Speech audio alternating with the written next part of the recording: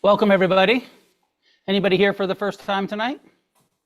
Welcome to you. Welcome back to everyone else. Welcome to everyone on Zoom. Thanks for coming out in the rain here in Los Angeles. I know it's a deadly winter storm for our fragile culture. It's raining. I'd like to start class by asking you to talk to each other. I'm still in this series where we're going to continue to explore this short book's teachings on the 8 factors of the Eightfold Path. We just started it last week. I'm going to continue it tonight. One of the sections here is about the six views about the self. So in a minute, I'm going to ask you to break into small groups. But first, listen to these 6 views and which one matches somewhat with your view. The question is, what do you believe about the sort of true nature of who you are, of the self? Is it a permanent self? Is it a process? Is there no self? These are the questions that we consider. And the quote here is, with such unwise considerations, one adopts one or the other of the 6 views, and it becomes their conviction and firm belief. Number 1, I have a self. You don't have to raise your hand or anything, but just considering, I have a self. Number 2, I have no self. Number 3, with the self, I perceive the self. Number 4, with that which is no self, I perceive the self. Number 5, with the self, I perceive that which is no self.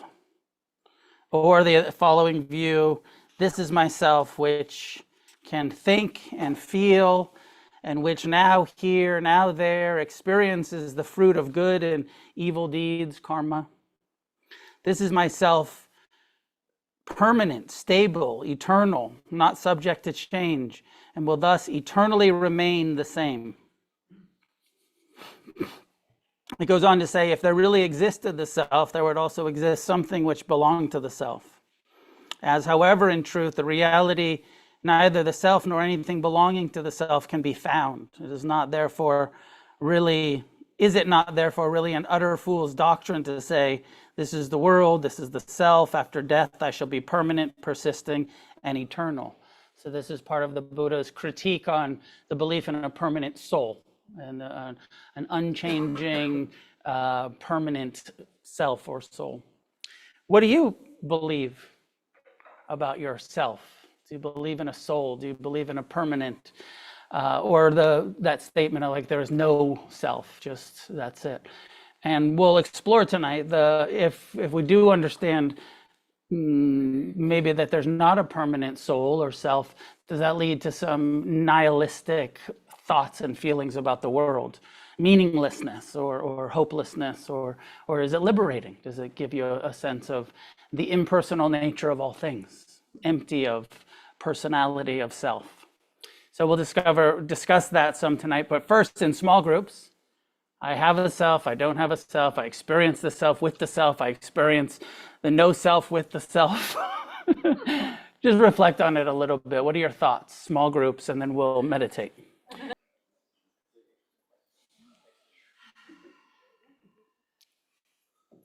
A period of sitting meditation, find a way to settle into a posture that feels sustainable.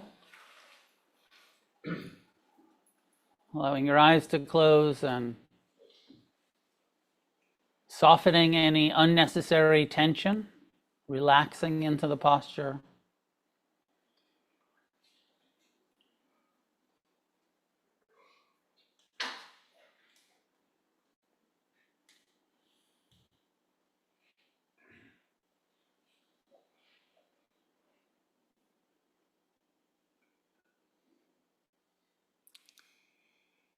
Establishing the intention to be kind, to be friendly, accepting, tolerant of your experience, whatever it is, whether it's pleasant or unpleasant, comfortable or uncomfortable.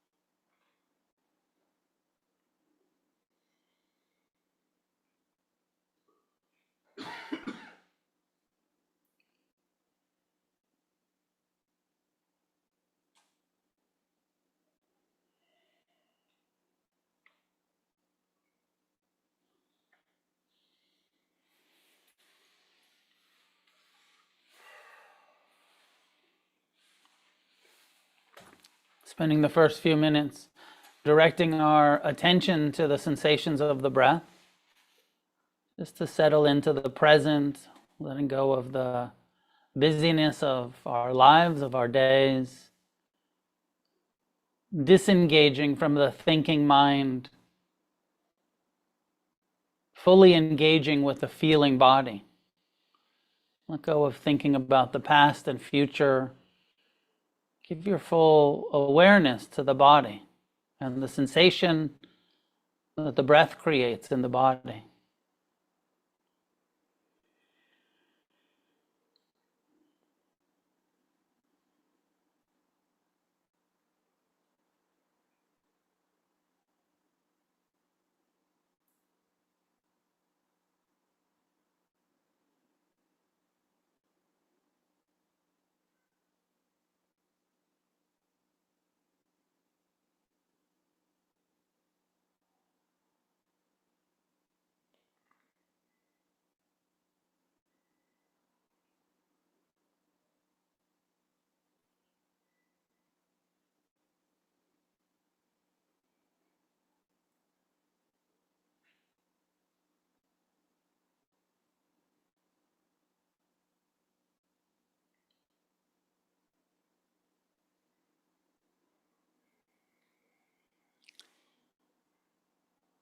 It's probably a sense, consciously or unconsciously, I am paying attention to my breath. The self view of I am paying attention to my breath.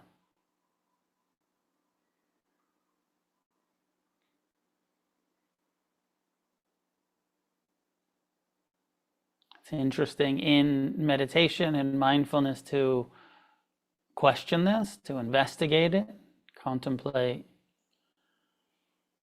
What is it that is aware of the body? Is the body just aware of itself?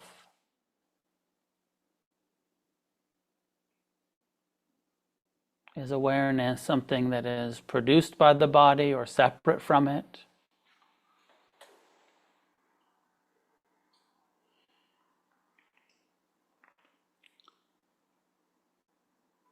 One teacher asked me to reflect on, is awareness in the body? Or is the body in awareness?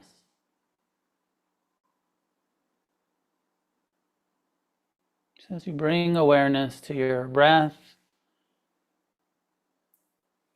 it's a useful reflection, contemplation. Is the body in awareness, or is awareness in the body?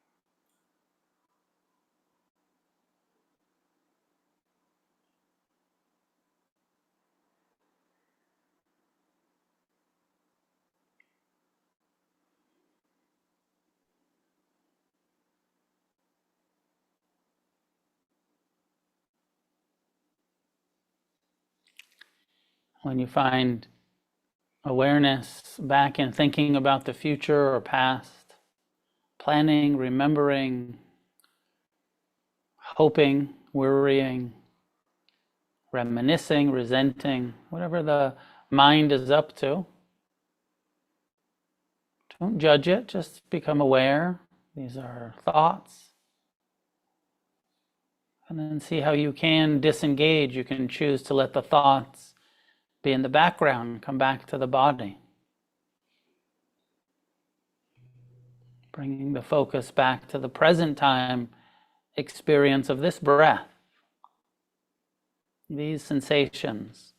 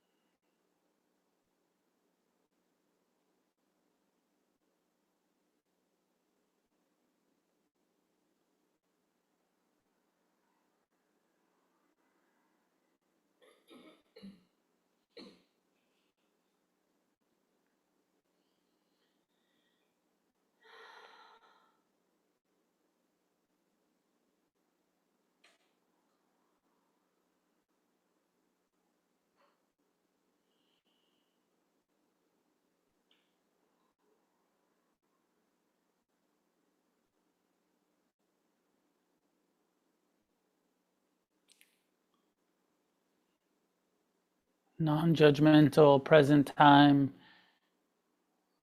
inquiry, investigative awareness. In some ways, we're asking the question, what's happening right now? What is being felt? What is being experienced? The breath is a good object, gauge, because it's constantly creating sensation as the breath comes and goes. Well, we don't need to get stuck in the narrow focus on the breath. We can become more inclusive. What else are you feeling right now? There is a body in the sitting posture, creating sensation.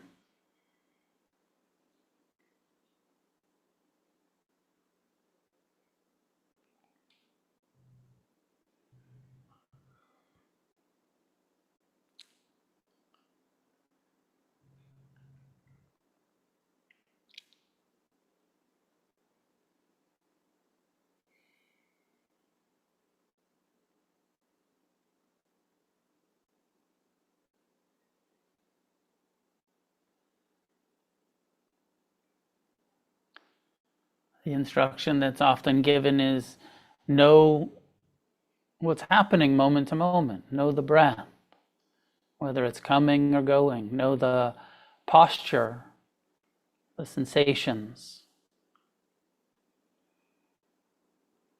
Clear comprehension of the present.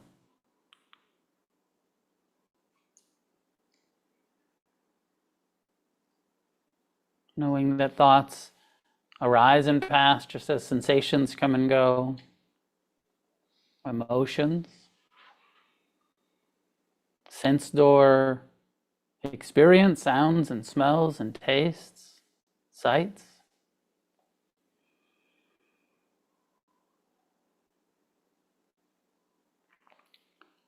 all of it known by awareness.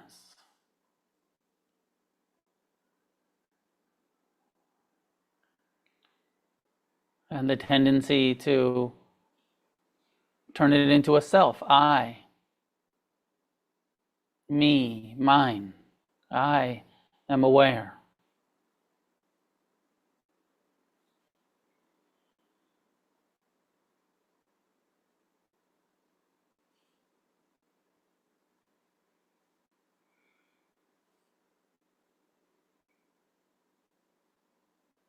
You don't have to think too hard about this, but it's just interesting to ask in your meditation, what is it that's aware?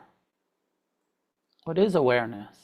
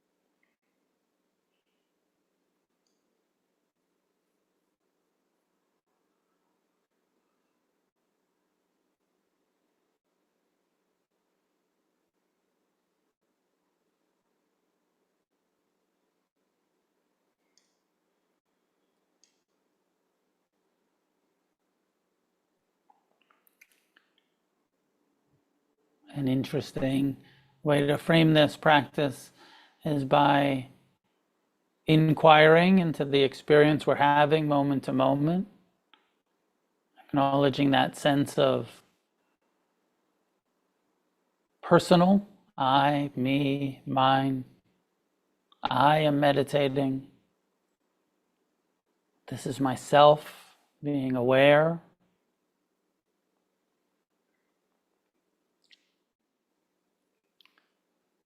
And then asking the question in your meditation, who am I? Where is this I that is meditating? What am I? What is aware?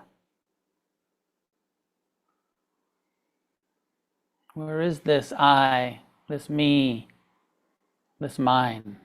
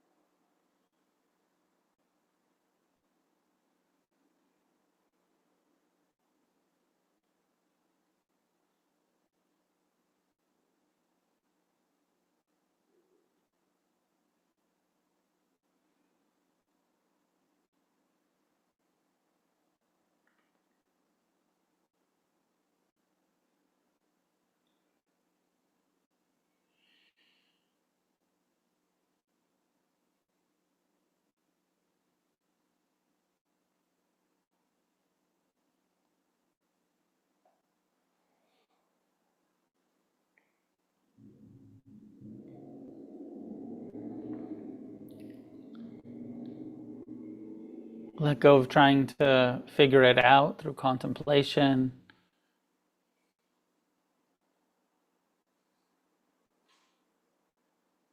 Allowing awareness to rest in open, spacious, inclusive,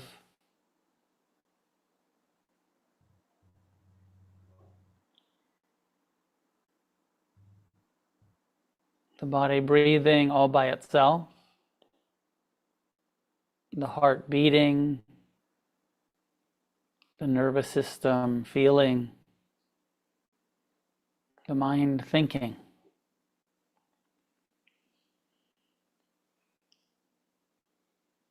Thoughts without a thinker, rising and passing through awareness.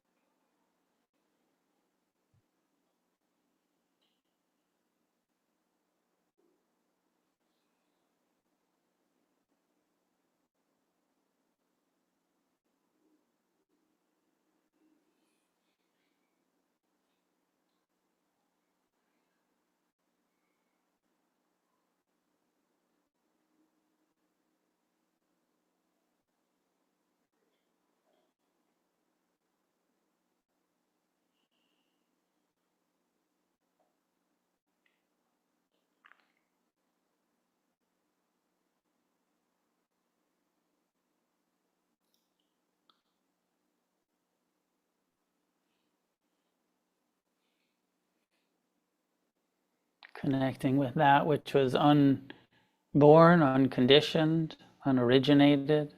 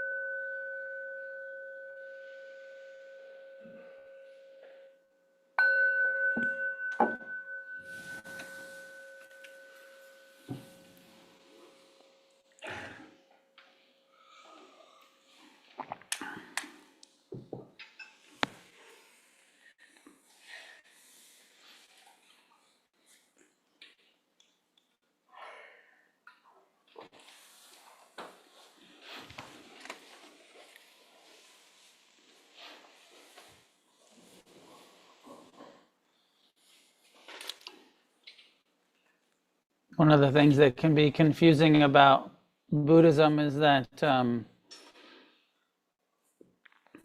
there's two levels. There's what's called the mundane and the supramundane, or the relative truth, and then the ultimate truth. And that we have to function with language and in a world on a lot of relativities, on a lot of the kind of relative truths of like, I need to have good boundaries. But that ultimately, when you look for that I, you can't find it. But so on the relative, we still have to kind of trust and relate to each other on some levels that, it's skillful to, it wouldn't be skillful to walk around pretending like you didn't have a self and therefore needing to have some boundaries with others. And even if ultimately that's true. On the relative level, it's in the relational world that we live in, As the Muslims say, trust Allah, but tie up your camel. You know, don't turn your spirituality into irresponsibility, into delusion.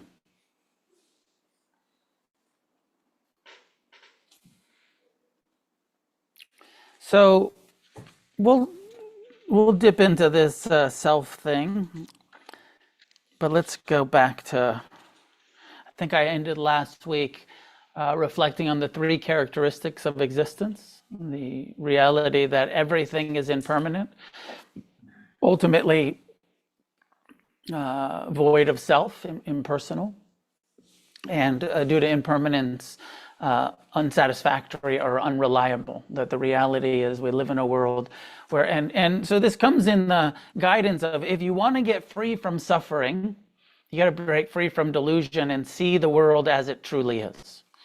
If you're holding on to the idea that there are permanent things or safe, secure, reliable, anything, you're holding on to some level of delusion.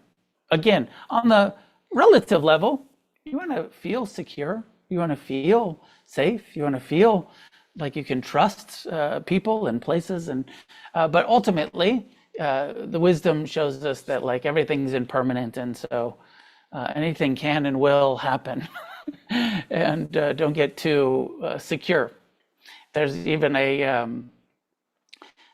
wisdom, the wisdom of insecurity, that actually not knowing and not having a sense of being too reliable is actually wisdom, which is so counter to our relative conditioned desire. I know it is for me. Like, I want to feel safe, I want to feel secure, I want to feel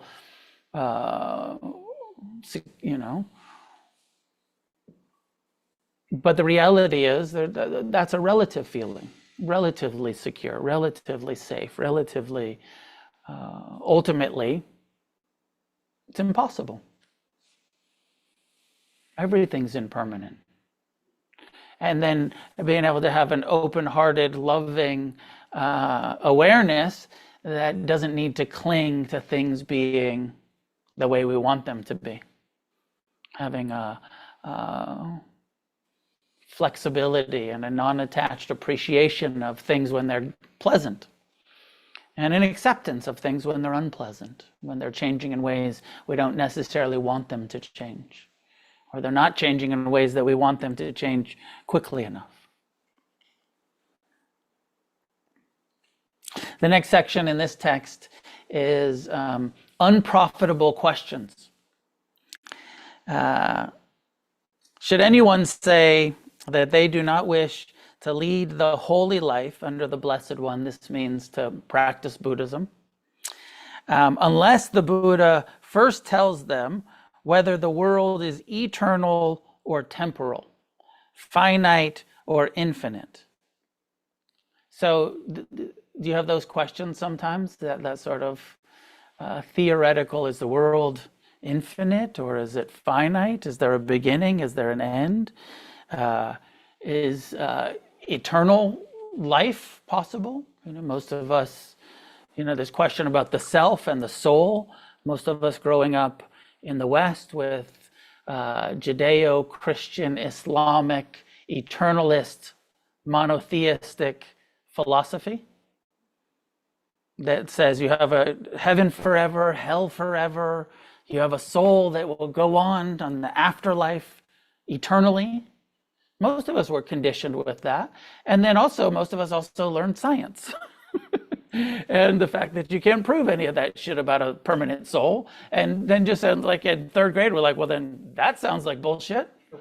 And we completely rejected it and maybe went over to the nihilists. There is no self, there is no soul, there is no spirit. There's just a meat body. Is it finite? Is it eternal?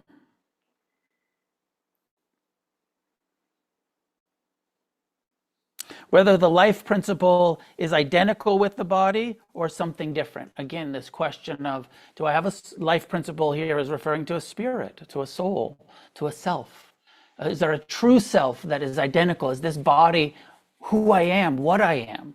Is this it?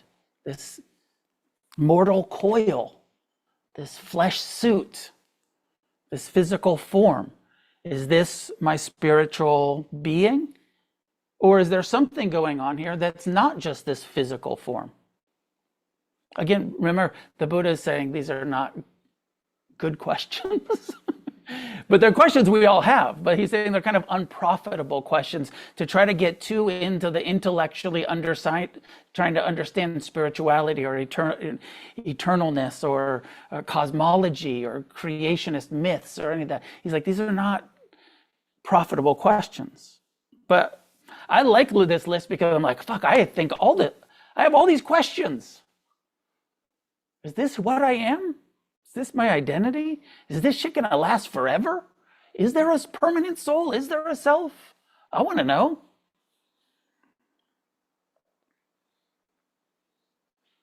Whether the Buddha continues after death, that's another question of like, okay, you're going and you meet the Buddha and you say, okay, you're here now, but when you're enlightened and you die, do you continue? Are you going to be chilling in the Buddhist hell realms, or heaven realms, hopefully? Are you going to be watching over us here we want to turn the Buddha into a god, into a spirit, into a deity. Do you continue after death? So after these questions about eternal, temporal, finite, infinite, is the life principle the body, or is it something different from the body? Does the Buddha continue after death? Such a one would die before the Buddha could tell them all of this. You have all these questions. And then there's this analogy in this teaching that many of you have heard about the second arrow.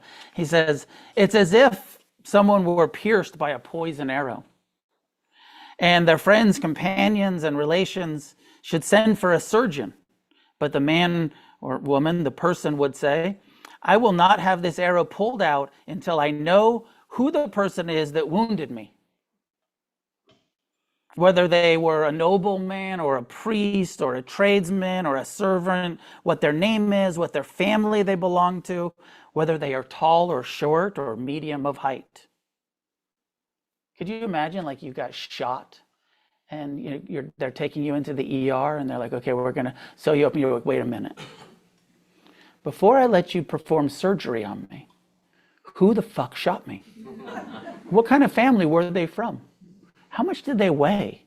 What was their class? What was their neighborhood? What set were they claiming? Who shot me? And so the Buddha goes on to say, truly, such a person would die before they could adequately learn all of this, trying to these unprofitable questions about, and the analogy here is, I'm suffering, and then we ask, why am I suffering?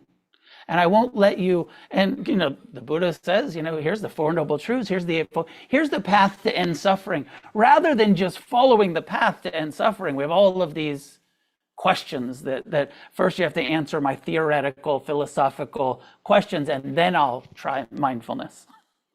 Then I'll try forgiveness. Then I'll try non-attachment and the solution. But first you have to answer my theoretical questions. He goes on, he says, therefore, the person who seeks their own welfare should pull out this arrow of lamentation, of pain, of sorrow, instead of waiting for all of our philosophical, spiritual ideas to be answered. Remove the cause of suffering from your life. Pull out the arrow, rather than the second arrow is all of those unprofitable questions, making it worse. For whether the theory exists or whether it does not exist, that the world is eternal or temporal or finite or infinite, yet certainly there exists birth, decay, and death. There exists sorrow, lamentation, pain, grief, and despair, and the extinction of which in this present life I have made known to you. So he's saying, like, rather than asking all of these theoretical spiritual questions, are you suffering? Pain, sorrow, grief, lamentation. What I've offered you, the Buddha says, is a path to end that suffering, not to answer your theoretical questions.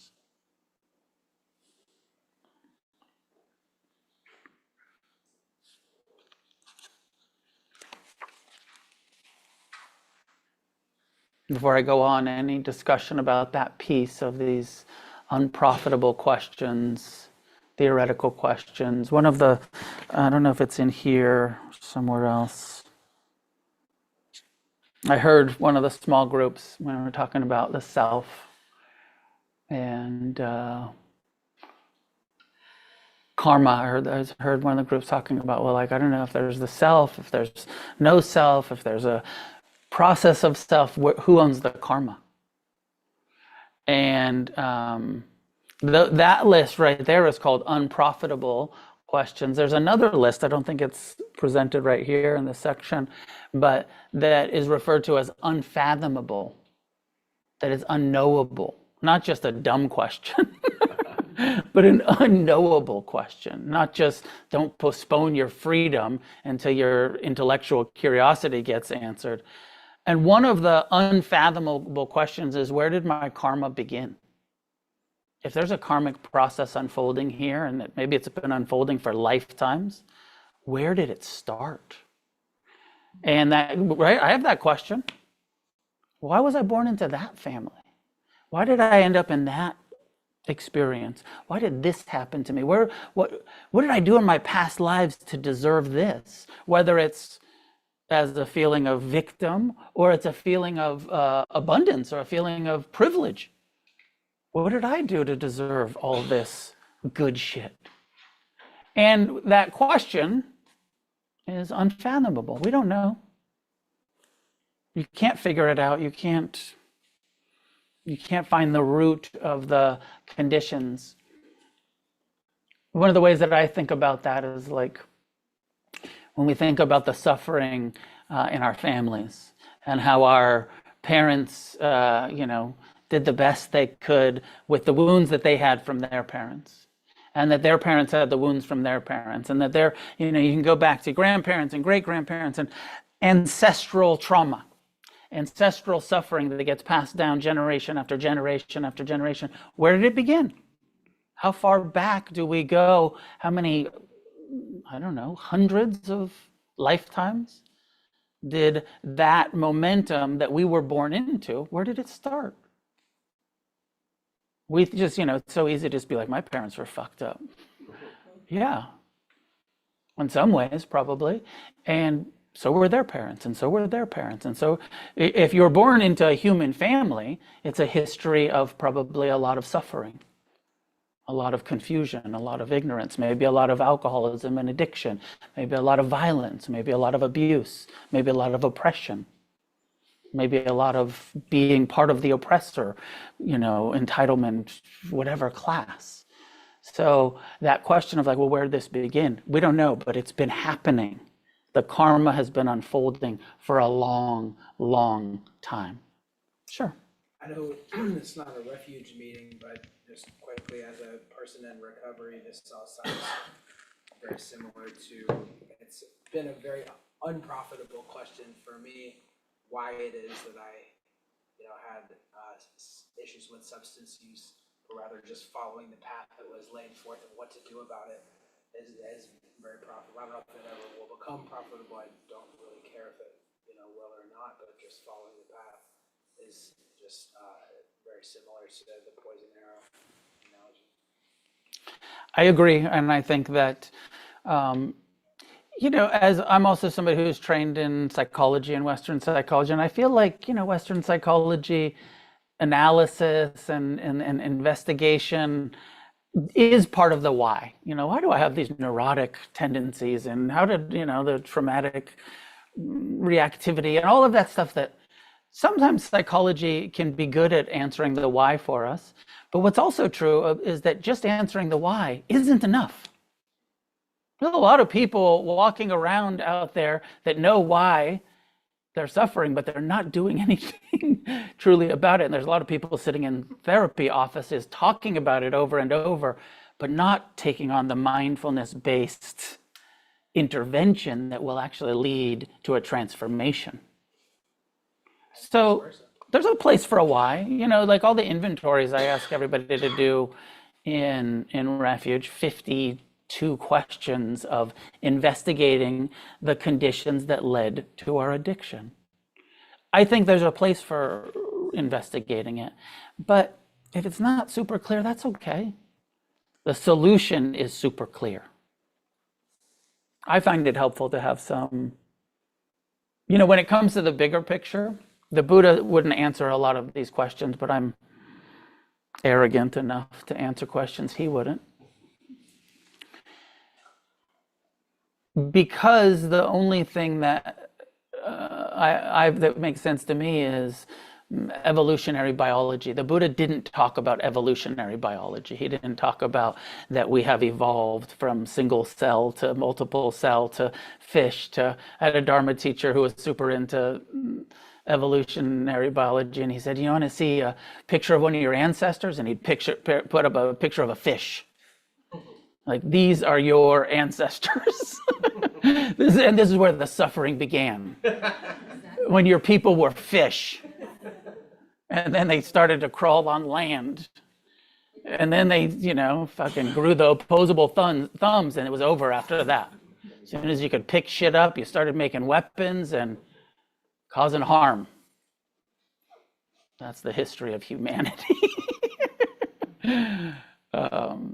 The Buddha didn't talk about that, but I like using some of the scientific perspectives to help contemplate how why are humans so fucked? I was talking to my mom earlier about a friend of ours whose house we stayed at a long time ago in Sri Lanka. In Costa Rica earlier.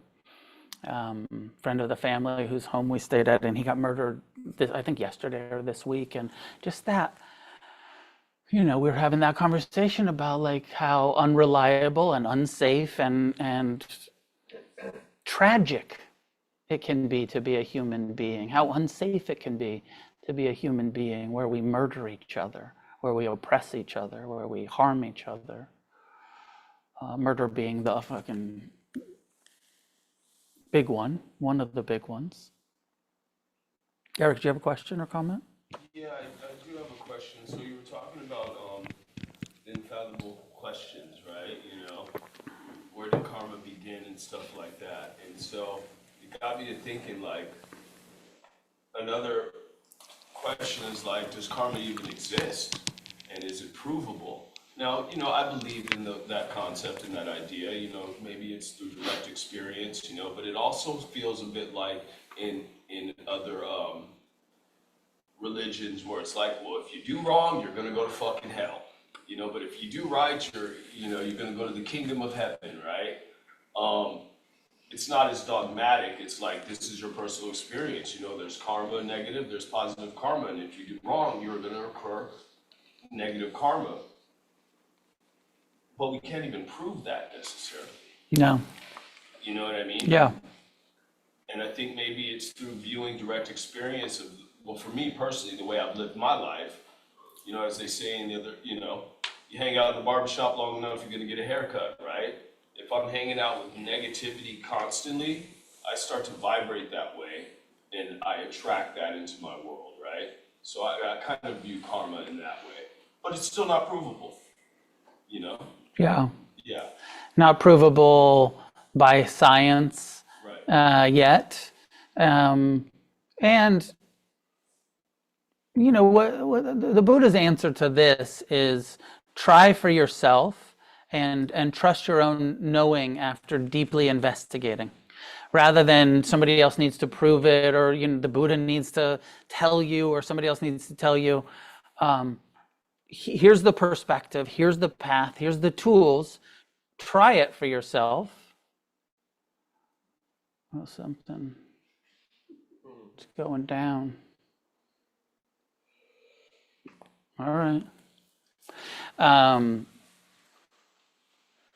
There's that teaching you've probably heard before, Eric, when the Buddha goes to the Kalama village, the village that was, I guess, on some sort of teaching circuit. I mean, you know, like Venice. And somebody asks him, he says, why should we believe you? That, you know, everybody's coming through town giving a workshop saying they've got the truth. They've got the best spiritual dope around. Last week, the Jains were here and the Hindus were here, and there was this yoga workshop, and there's Wim Hof came through, and fucking Deepak, and all kinds of kooks tell us they got the best spiritual truth. Why should we believe you? And he says, don't. He says, don't believe me, don't believe anybody. And he gives some qualifications based on, like, don't believe a charismatic lecture, you know, presentation. Don't believe scripture. And I like that, right? Because so many of us have been told, like, well, and here I am reading scripture. But not just because he's like, just because it was written, just because your ancestors believed it, just because it's a long respected tradition. He said, those aren't good reasons to believe it. But try it, contemplate it, reflect on it, try. You know, if you don't think karma's real, lie and steal and cheat and kill and create mayhem in your life and see how you feel. Done that. Not the killing, no. Stop killing and lying and stealing and live an ethical life of honesty and kindness and see how you feel. And prove to yourself karma, right? Because that's all it is. Positive, wholesome, wise actions versus negative, unwholesome, unwise actions. And then you know, oh fuck, when I lie, I'm afraid of getting caught. When I don't lie, I feel so much more comfortable in my skin. Karma. Period, you know, simple. When I'm honest, when I live in integrity, when I'm telling the truth, when I'm not stealing, when I'm not, I just don't suffer as much as when I am. Yeah. Sure, Tibby. Hey, to bring it back to the self or non-self for a minute. Yeah. I have a question for you.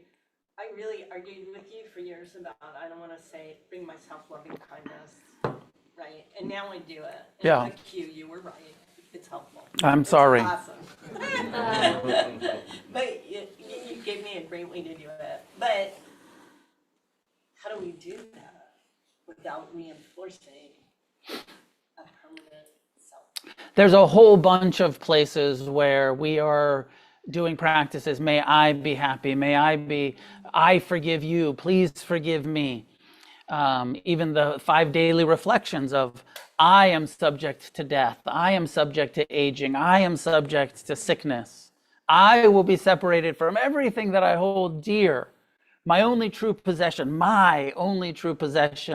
is my karma.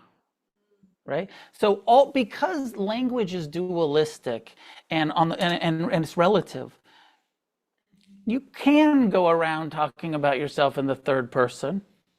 And you can start saying, one is subject to death. One is subject to loss and sickness. And it's just creepy to do it.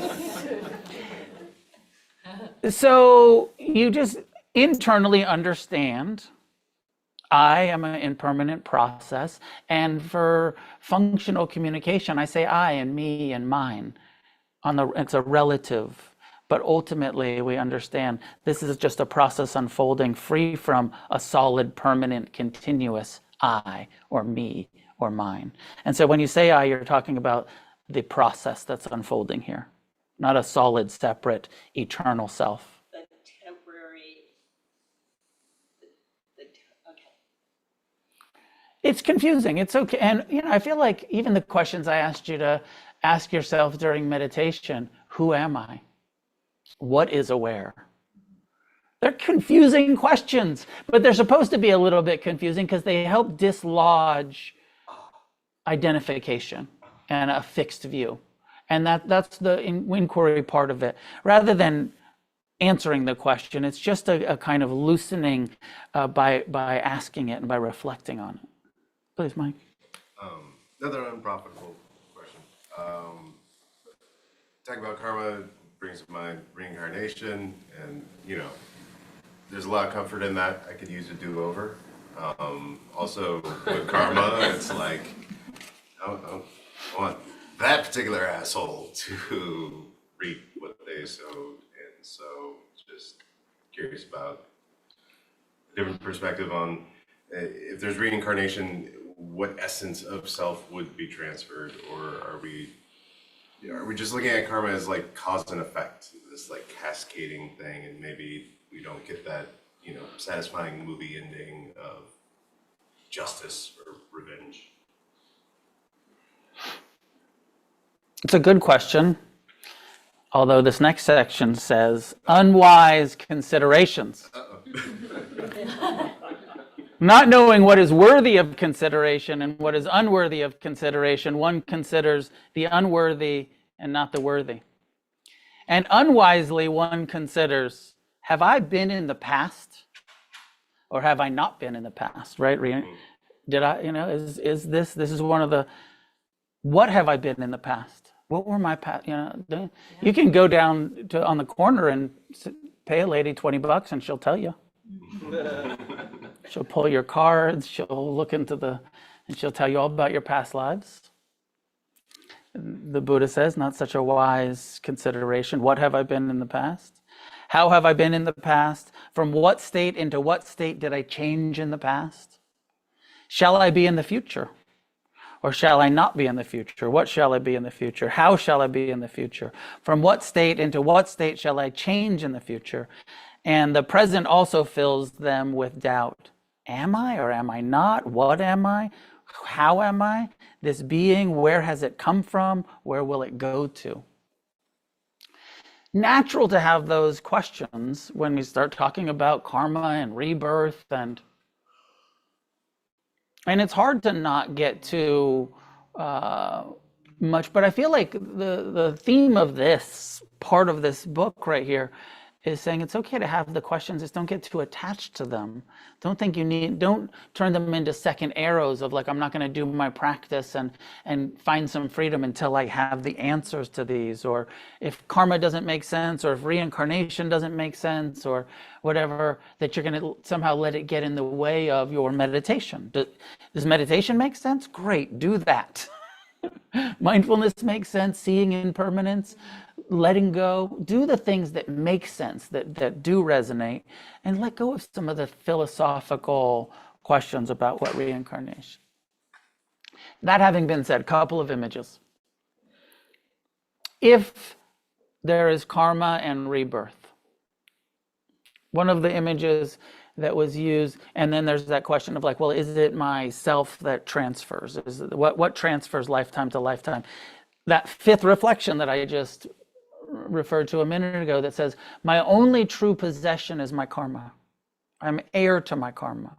All the material things in this life, all of the relationships in this life, at death, I don't get to bring any of you, any of the stuff with me. But my actions, I own. And at death, those actions come on some level of a process. And then it's pretty easy to be like, oh, well, that's a soul. That's a spirit. That's the self that migrates lifetime to lifetime. So there are a couple images that are used. One is like, so there's a candle. Let's say there's several candles lined up in a row, and there's a candle and there's a flame on it, and the flame is constantly changing. And as it changes and it burns down, it melts all of the wax on that candle. And then just as that candle burns out, it sparks the next one, and then that one burns down, and just as it burns out, it sparks the next one. So is that the same flame on the third candle, or is it a different flame? Right? It's karma that keeps it burning or whatever, and that karma does transfer to the next one, but it's not the same one. It's just a spark from the momentum that flame. So that those candles can help me kind of. When I heard that, I was like, okay, that helps a little bit. Not totally, doesn't totally answer it for me, but it helps a little bit of what where's the karma process. The other is like if the woods were on, the jungle or the forest was on fire, is it the same flame that jumps from tree to tree, or are those new flames? At some point there was a spark, and it sparked a fire, and then the wind blew it, and it kept blowing it, and it kept blowing it, and by the time it's a mile away, is that the same flame or a whole bunch of new ones?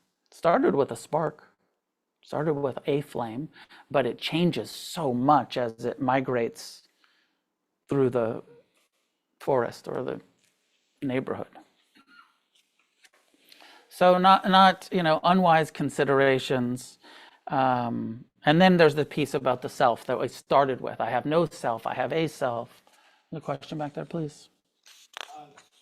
Is there any, does the Buddha talk about dreams at all? Because just the essence of like the thing that is still present in a dream, come back, but it's not really the self. It's that kind of awareness that you described. I don't really know the answer to this question about dreams. I've been asked about it before, and I've never really done much of a deep dive into it. I'm aware of a few places in the scriptures where dreams are used as analogies and mentioned, but there's not any direct instruction that I know of how to work with our dreams.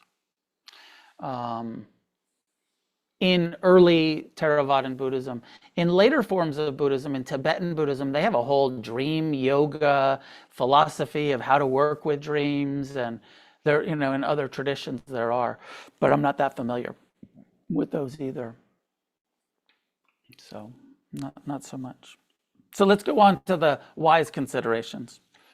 The learned and noble disciple, however, who has regard for wise people and who knows the teachings, who is well trained in the doctrine, understands what is worthy of consideration and what is unworthy, and knowing this, one considers the worthy and not the unworthy, and they wisely consider what. So here's the wise things to think about. Here's the suggestion. Think about what suffering is.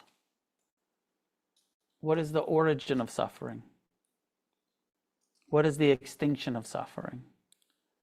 And considers the path that leads to the extinction of suffering. So what the Buddha says here is that the good questions are the Four Noble Truths. How do I see dukkha, the truth of suffering, the first noble truth? And in any moment when you're unhappy, it's a good question. If I'm not completely happy, at ease, satisfied, free from suffering, what is causing my dissatisfaction, my uneasiness, my unhappiness, my suffering in this moment?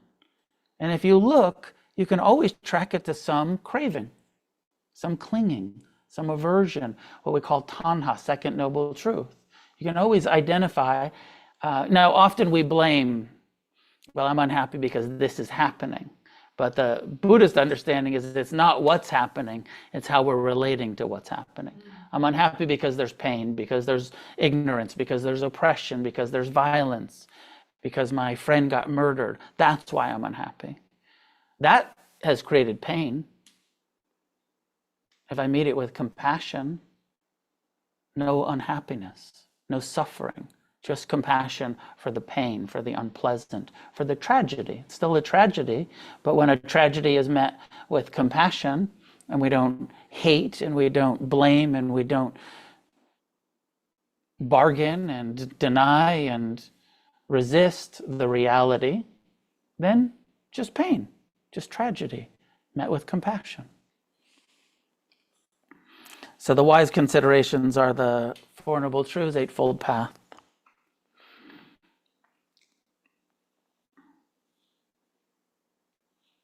By wisely considering the Four Noble Truths and Eightfold Path, three fetters vanish, namely self-illusion, skepticism, and attachment to mere rule and ritual.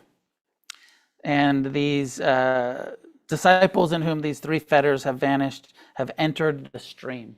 So this is a reference to understanding that if you follow diligently the Four Noble Truths, the Eightfold Path, you will get free from, and this reflection on self and impermanence and that you'll free yourself from being identified with I, me, and mine, and really believing it. You'll still use it in language, you'll use it in your practice, but free from Sakkaya Ditthi, which is identification with the personality as self.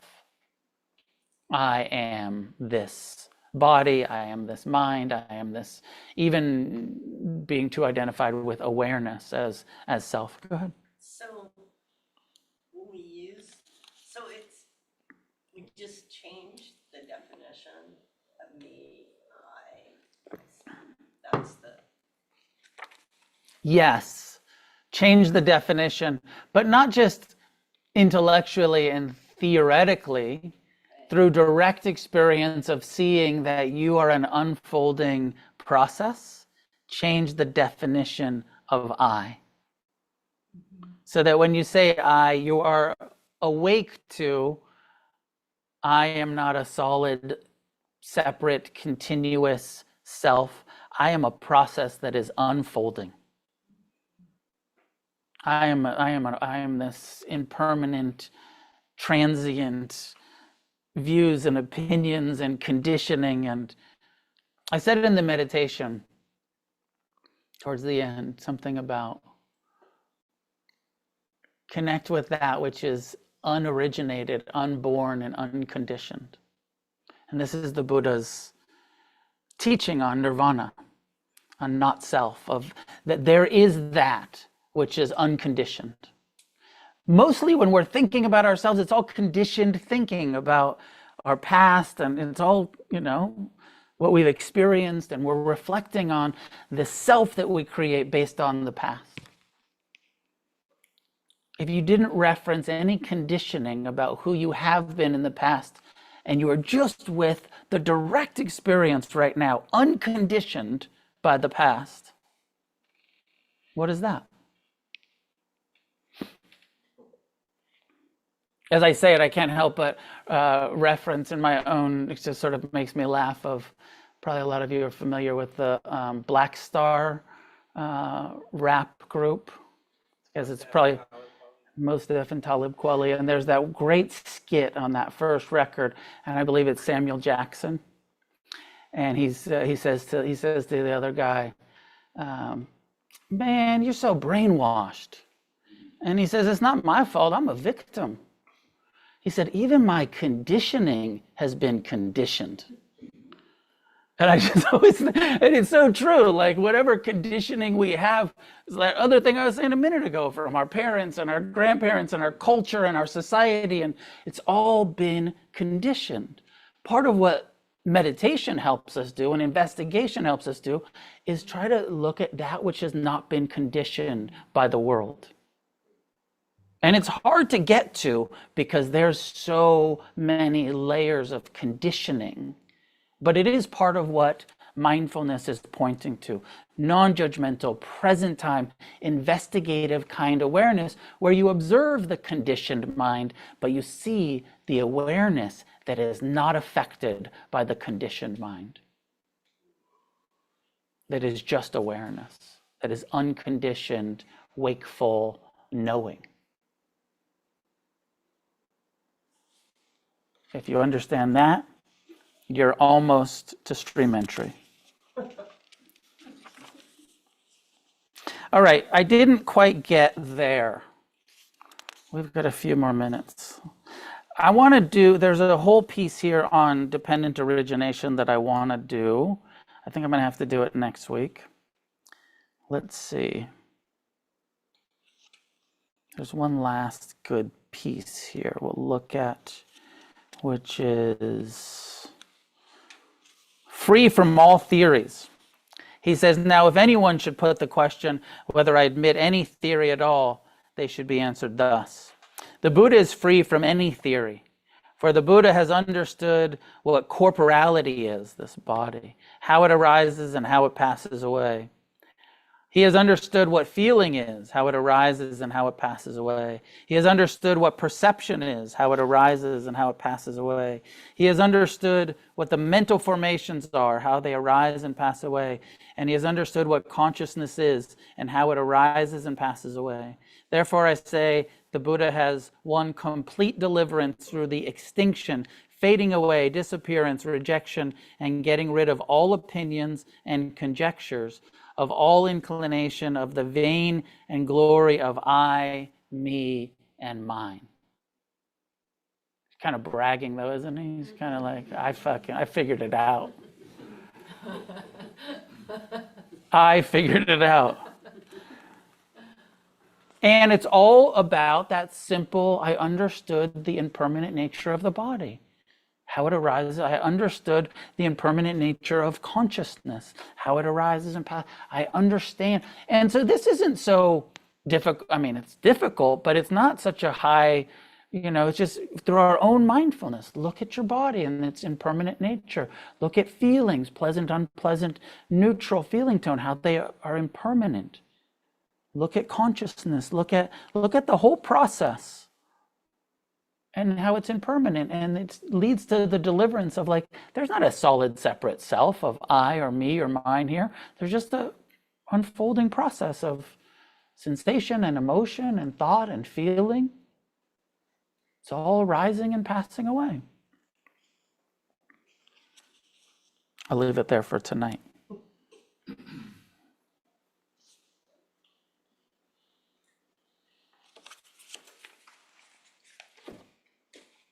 Few announcements. I said it a little bit tonight, but I always, especially when I'm going referencing scripture, I really want to bring it home to you don't have to believe anything. And even though I'm going back to the old-timey religion scripture, just because it's interesting for us to discuss and look at together, I'm not trying to make you believe in Buddhism. I'm offering this for your reflection, for your contemplation, for your consideration. And as the Buddha said to the Kalama people in that time, do as you see fit. Test it. See how it works in your life. Trust your own deepest knowing. Don't trust your untrained mind too deeply. Don't trust your own views and opinions. Question your views and opinions, and then come to knowing. Wisdom is not just intellectual, conditioned thought. One of my favorite quotes from the Buddha is he says, untrained worldlings, people who haven't really trained their mind, just go around annoying each other with their views and opinions. And it's so true. We just annoy the shit out of each other with our views and our opinions based, and some of them are intelligent and some of them are not so intelligent. And if they disagree with you, you think they're pretty unintelligent. And if they disagree with, they think you're unintelligent. Anyways, I'll end there. Couple of announcements. One is Against the Stream as an organization is pretty broke. We need your support. And, you do donations when you come. Some of you are monthly supporters. I need to do some fundraising. One of the people who has been extra generous and written some big checks to the organization over the years this year said, I can't do much. She was dedicating a lot of it to the political action that is taking place and needs to take place. And I was like, I support that, for sure support that. But also, the center needs help. So please become a monthly supporter if you can. Say I can give $50 or $100 a month, or if you're in the position to write a check to, support. It's a nonprofit. It's tax deductible. All of that. We've existed for over 20 years. This Monday night class, I think we're going on 21 or 22 years. Every Monday I'm up here, and it's here because people gave generously in the past, and we've been able to have meditation center on the west side since I think 2007 or 2008. So, and before that we were just renting a room. And if at some point the money's not there and we can't afford to pay the rent on a meditation center, then we'll just rent a room again. And I'm okay with that, but it is nice to have our own place and all the recovery meetings and this really being our home. our spiritual kind of home. It's nice, but it's expensive. And I can't afford to pay for it myself, so y'all need to pay for it. So please be generous, become a monthly supporter. We have a retreat coming up in June 21st through 26th, 5-night silent meditation retreat. Information is on the website, againstthestream.com. Sign up, come to the retreat. Hopefully I'll try to, I know I'm talking about money, I'll try to raise some scholarship money so that people who can't afford to can also attend. But if you can afford, sign up, join us on that. Couple of announcements. I know Jason has an announcement and George has an announcement. George, why don't you go ahead first, then Jason? Hi, everybody. For those of you who don't know, we have a little social action group called Off the Cushion. This weekend, we're doing a sandwich walk on the boardwalk. We'll make 100, 200 sandwiches, peanut butter and jelly sandwiches, go walk around down the beach, hand them out to the unhoused and the hungry. Looking for volunteers for that. We'll meet Sunday, 8 o'clock here, make sandwiches, and then head down to the boardwalk. If you're interested in helping, come talk to me afterwards. We have an in-person, monthly planning meeting next Wednesday, the 25th, if you want, at 7 o'clock here also. If you have ideas or ways we can get involved with the community, come talk to me. We're all on a WhatsApp group. If you want to join that, come talk to me as well. Thank you. Jason, go for it.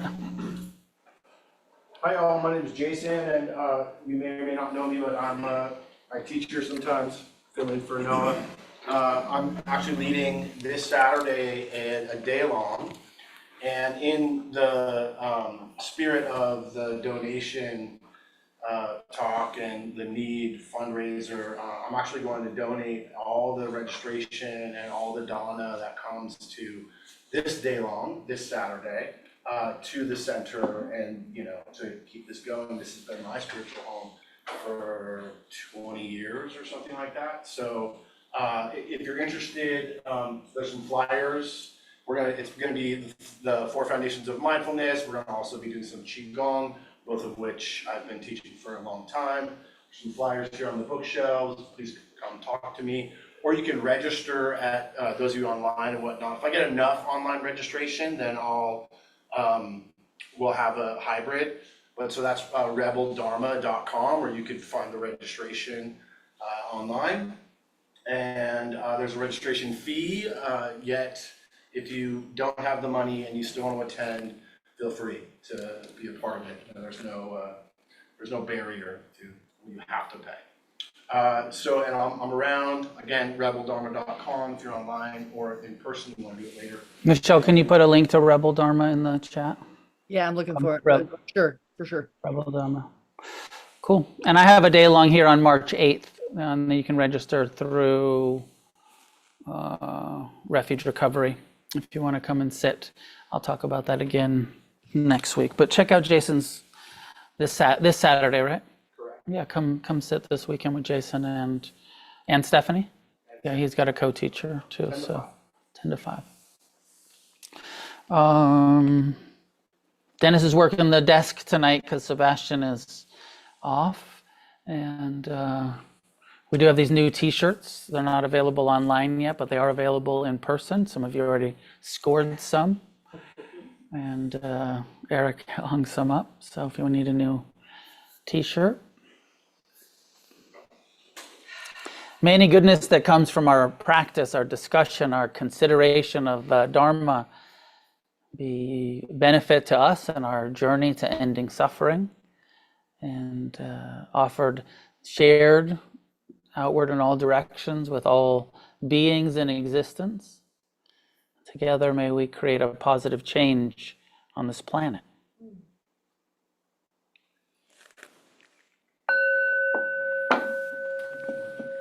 Good to see everybody. See you next time.